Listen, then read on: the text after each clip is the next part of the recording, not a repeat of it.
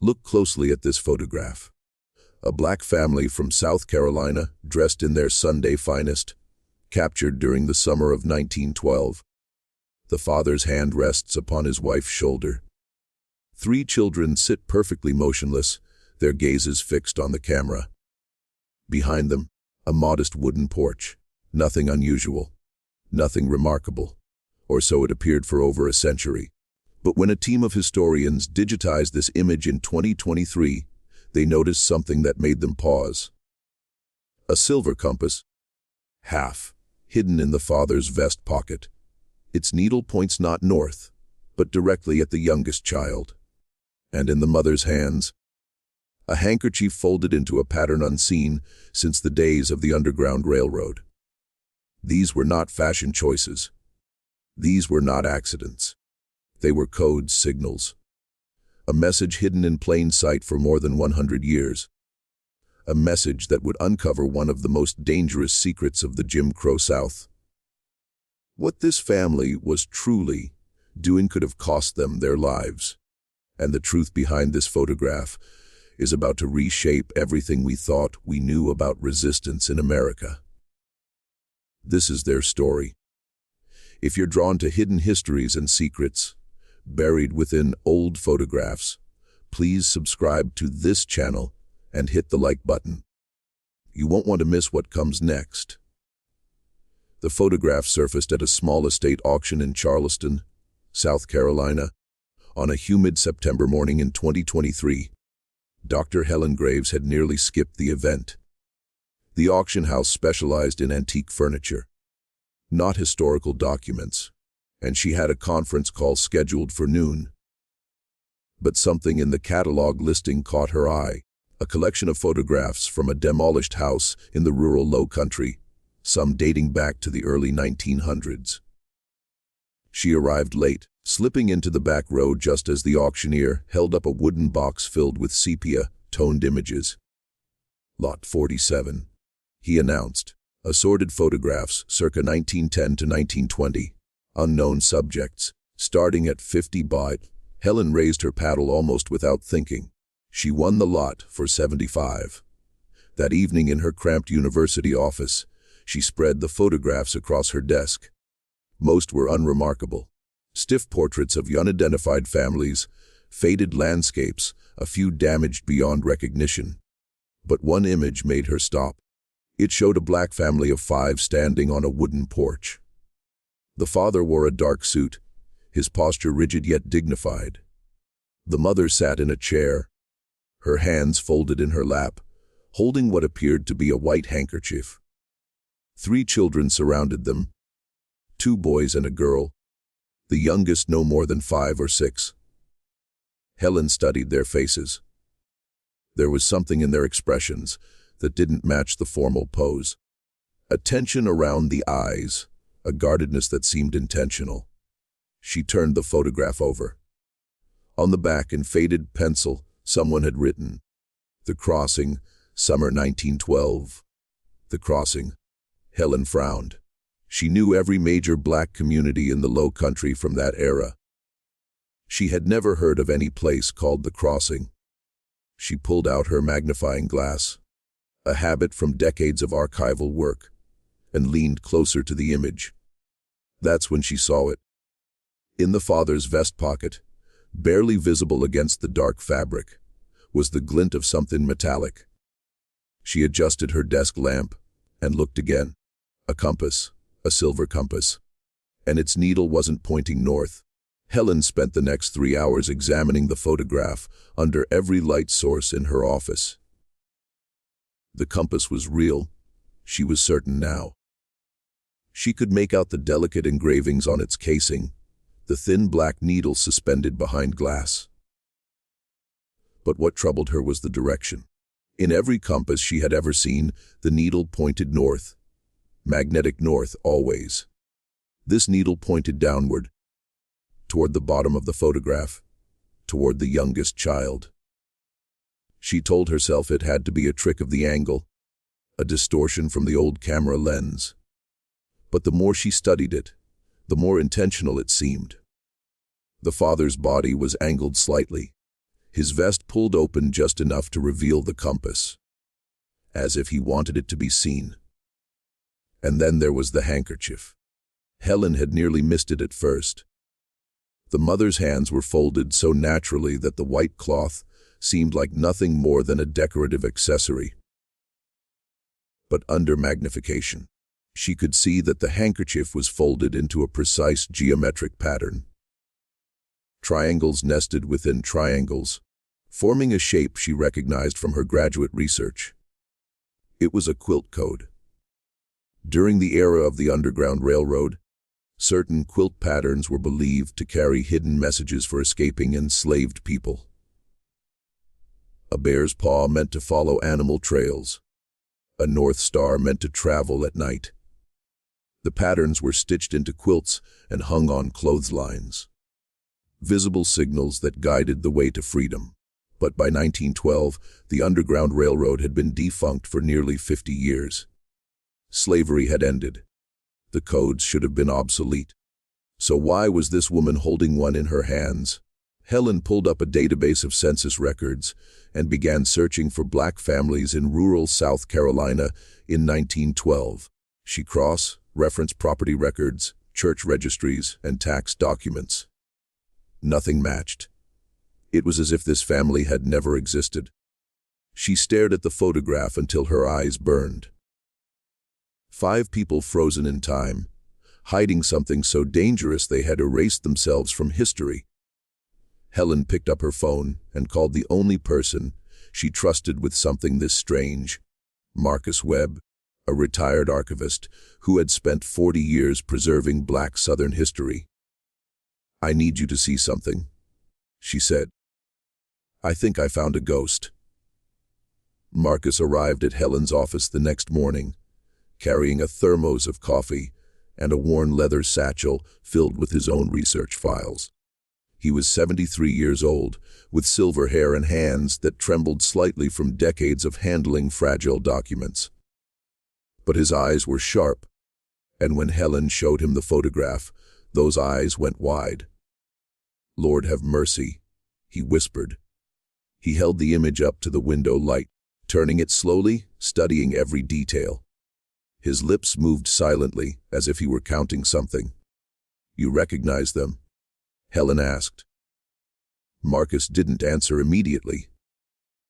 He set the photograph down and reached into his satchel, pulling out a notebook filled with handwritten entries.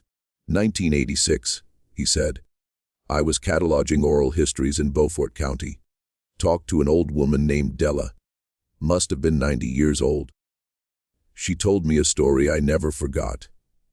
He flipped through the pages until he found what he was looking for. She said her grandmother used to talk about a family that lived on the edge of the swamp. Said they weren't like other folks. They came and went at strange hours. Always had visitors passing through.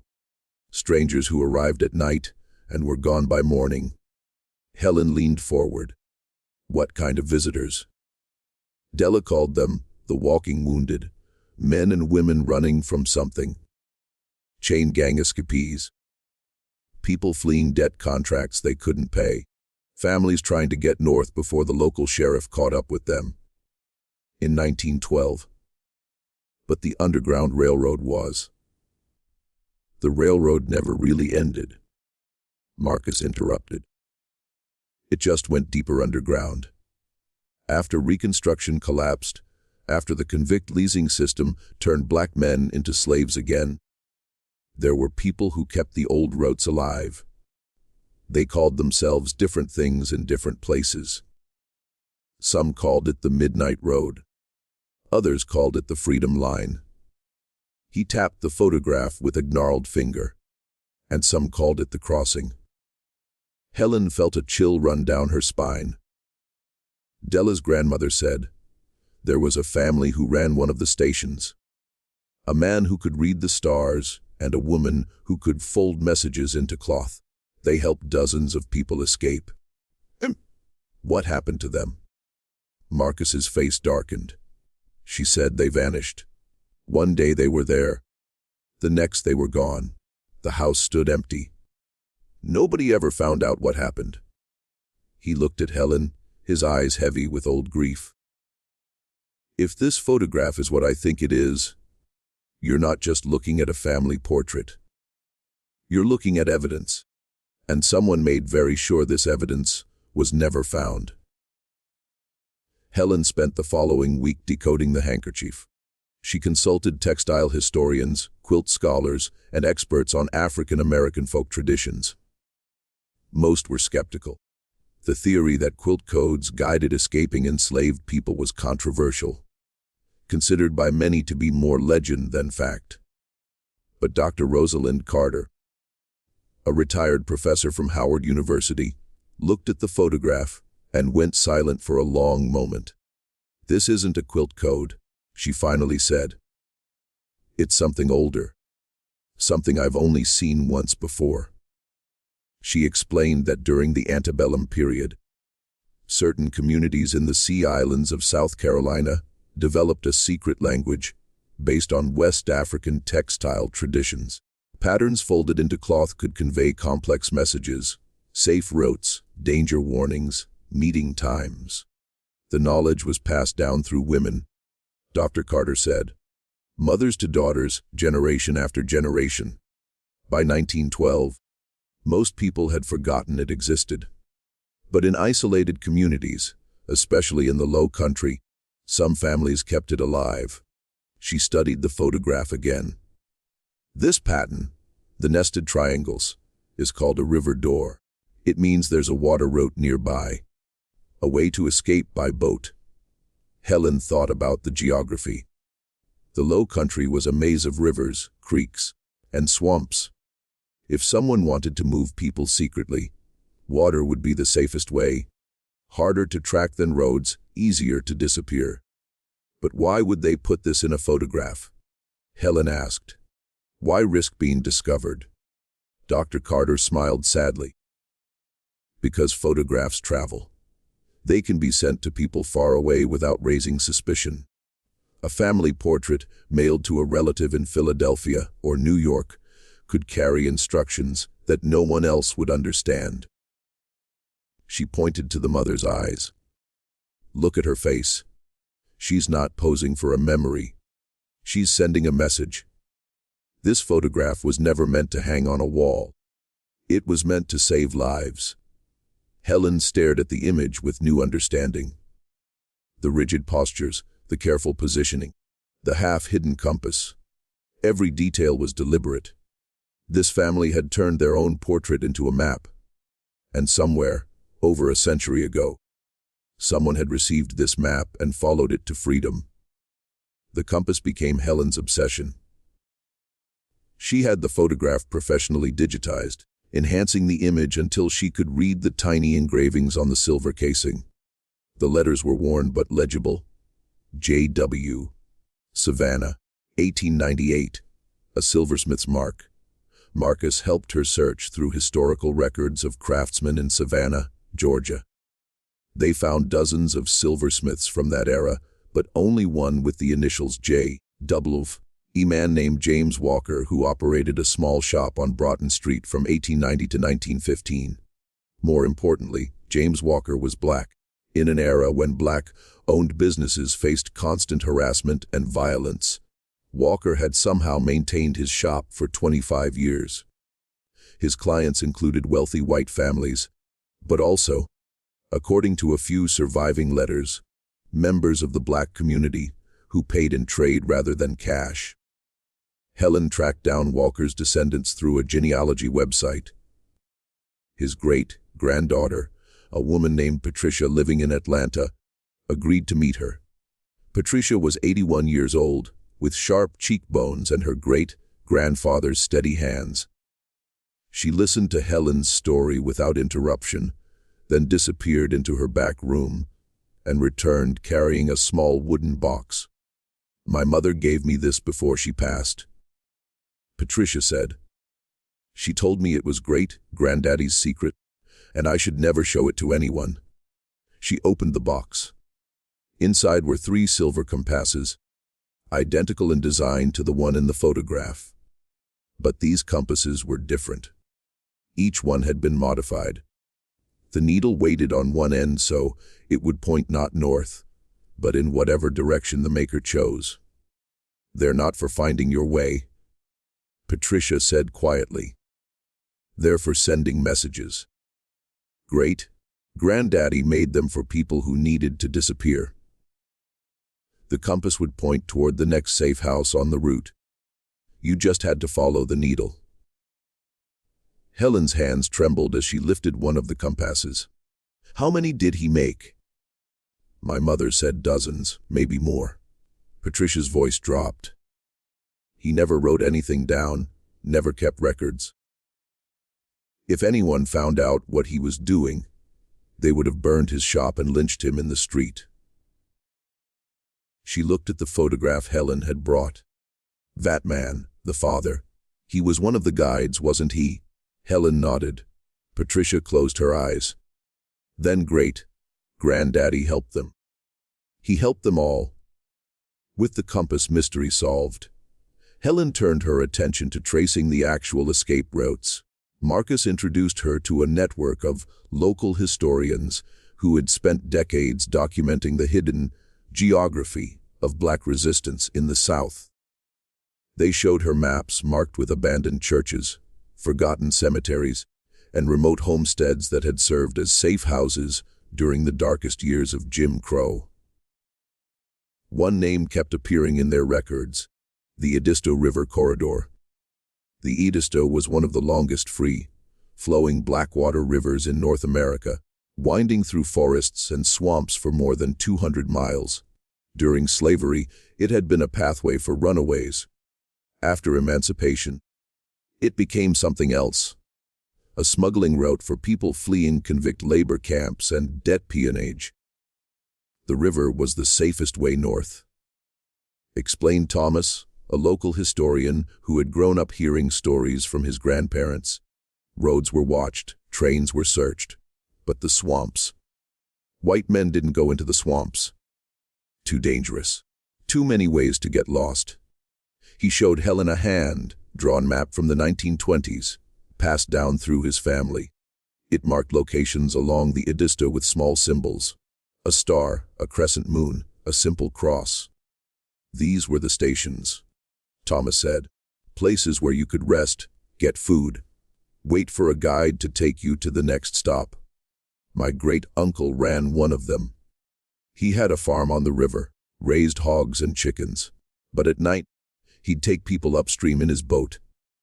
Sometimes 2 or 3 a week." "Was it dangerous?" Thomas laughed bitterly. "Dangerous doesn't begin to describe it. The sheriff had bounties on anyone caught helping runaways. Local vigilantes would shoot first and ask questions never. My great-uncle was nearly caught twice.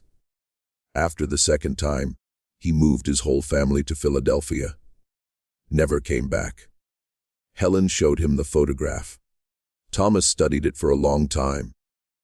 "The crossing," he murmured. "I heard that name before. My grandmother used it when she didn't want us children to understand. She'd say someone had made the crossing when they'd gotten out safely." He pointed to the porch in the photograph. "Look at the railing. See those marks? They look like woodworm damage, but they're not. They're notches. Counting marks." Helen squinted at the image. "Counting what?" Thomas met her eyes. "People. Every soul they helped escape. That's their record. Carved right into their home." Helen found the first hint of tragedy in the archives of a defunct newspaper called the S. Country Beacon. The paper had served the black community in Charleston from 1901 to 1922, publishing news that white papers ignored. Most issues had been lost to time, but a partial collection survived in the library of a historically black college. Helen spent 3 days reading through crumbling pages before she found it. A small article from October 1912, buried on the back page: "Fire destroys rural home. Family missing." The article was only 4 paragraphs long. It described a fire that had consumed a farmhouse in rural Colleton County. The family, a man, woman, and 3 children had not been found. Local authorities suspected they had perished in the blaze, though no remains were recovered. The name of the property, Crossing Creek Farm. Helen's heart pounded as she read the final paragraph. Sheriff's deputies report that the fire may have been deliberately set. An investigation is underway, though no suspects have been identified. She cross-referenced the date with other records. In September 1912, just weeks before the fire, a convict labor camp 40 miles away had reported 12 inmates missing. The camp warden had offered a substantial reward for their capture. 12 people escaped in September, vanished without a trace. And in October, the family at Crossing Creek Farm had disappeared. Helen called Marcus with the news. "Someone talked," he said grimly. "Someone always talked." Could have been anyone. A neighbor with a grudge, a traveler who asked the wrong questions, even one of the people they helped who got caught and broke under pressure. So the family was killed. Maybe. Or maybe they knew it was coming. Maybe they had their own escape plan. Helen looked at the photograph again. The careful poses, the hidden symbols, the message folded into cloth. They knew, she said slowly. They knew they might have to run. This photograph wasn't just a map for other people. It was a record. Proof that they existed. Proof of what they did. Then someone needs to find where they went, Marcus said. After 100 years, someone needs to finish their story. Helen expanded her search northward. If the family had escaped the fire, they would have followed the routes they knew. Upriver through the swamps, then overland to the rail lines that carried black migrants to Philadelphia, New York, Chicago. She focused on Philadelphia, the most common destination for refugees from the Carolina Low Country. Church records, settlement house archives, and immigration documents from the Great Migration era were scattered across dozens of institutions. But Helen searched them methodically. After 2 months, she found a thread in the records of Mother Bethel African Methodist Episcopal Church, one of the oldest black congregations in America. She discovered a baptismal entry from December 1912. A family of 5, a father, mother, and 3 children, had been baptized together, an unusual occurrence for adults who would normally have been baptized as infants. The father's first name was Samuel. The mother's was Josephine. The children were called David, Elijah, and Ruth. No last name was recorded. The entry noted only that the family had arrived from the south, under difficult circumstances, and wished to begin a new life, in the light of God. Helen requested access to the church's auxiliary records, financial ledgers, correspondence, meeting minutes. In a folder of miscellaneous documents from 1913, she found a letter. It was written in a careful, educated hand and addressed to the church's pastor. "Shh. Dear Reverend Thompson, we are settled now and the children are in school. Joseph works at the shipyard and I take in washing. We do not speak of what we left behind, but we pray every night for those who helped us and for those we could not save. I am enclosing a photograph that was taken before we left. I want you to keep it safe. If anything should happen to us, please make sure the world knows what we did. We were not criminals. We were not cowards. We only wanted to live free and help others do the same. May God bless you and keep you. Josephine." There was no photograph attached. Either it had been lost, or it had been deliberately separated from the letter. But Helen knew. She had the photograph, the one Josephine had sent, the one that had somehow found its way back to South Carolina, waiting in a wooden box for over a century. The family had survived. Finding Samuel and Josephine's descendants took another 6 months. The family had changed their name after arriving in Philadelphia, a common practice among refugees trying to disappear. They had lived quietly, raised their children, and passed away in the 1950s, without ever speaking publicly about their past. But their children had spoken to their children, and some of those children were still alive. Helen tracked down Ruth's granddaughter, a retired schoolteacher named Gloria, living in a nursing home in New Jersey. Gloria was 94 years old, frail but mentally sharp. When Helen showed her the photograph, Gloria began to cry. "Grandma Ruth used to talk about this picture," she whispered. She said it was the only proof they existed, the only proof of what her parents did. She said she lost it when she moved to New York in 1951. She never stopped looking for it. Helen sat beside her, holding her hand.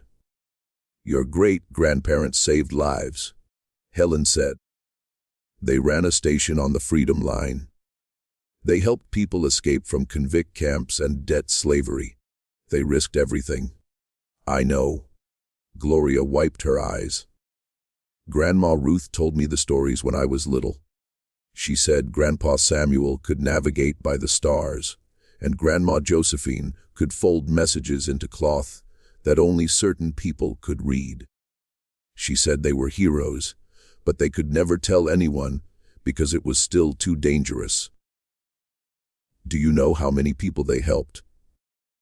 Gloria was quiet for a moment. "Grandma, Ruth said she counted the notches on the porch railing once before they had to leave. She was only 8 years old, but she remembered the number." "How many?" Gloria looked at the photograph, at the family frozen in time, at the hidden compass and the folded message.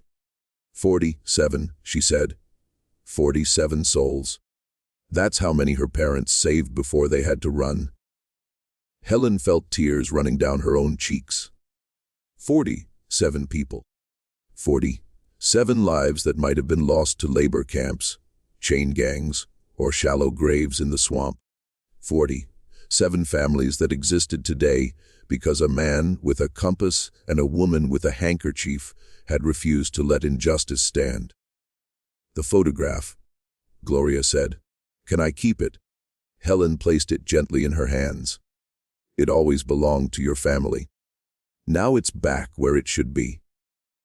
Gloria passed away 3 months after Helen's visit. She died peacefully. The photograph framed on her nightstand, surrounded by 4 generations of descendants who finally knew the full story of their ancestors. At her funeral, more than 200 people gathered. Children, grandchildren, and great-grandchildren of Samuel and Josephine's line, along with members of other families whose histories were intertwined with theirs. Many had never met before. They discovered connections stretching back over a century, threads of survival and courage that bound them together. Helen was invited to speak. She stood before the congregation and told them about the photograph, the hidden compass, the folded handkerchief.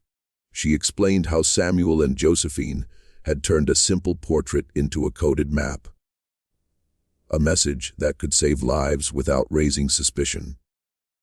They understood something that we sometimes forget. Helen said, "That resistance doesn't always look like marches and speeches. Sometimes it looks like a family standing on their porch, posing for a picture, hiding a secret in plain sight." She spoke about the 47 people who had passed through Crossing Creek Farm, following the needle of a weighted compass toward freedom.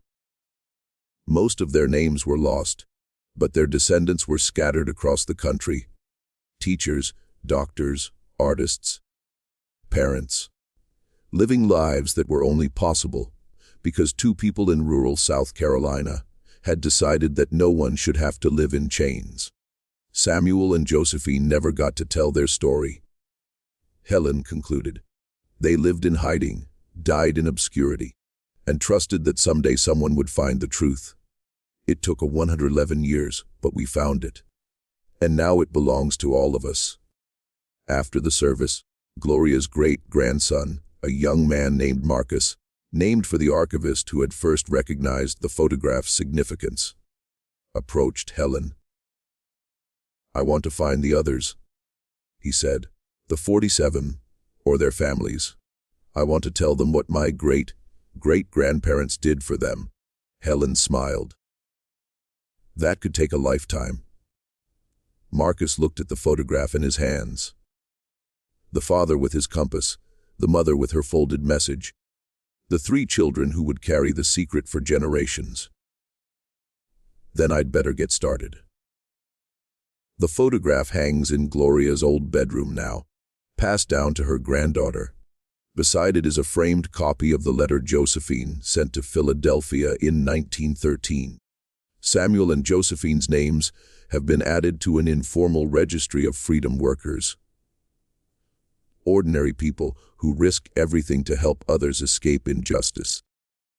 They are remembered not with monuments or statues, but with something more powerful. Their descendants are still searching for the families of the 47. Some have already been found. The compass still points the way.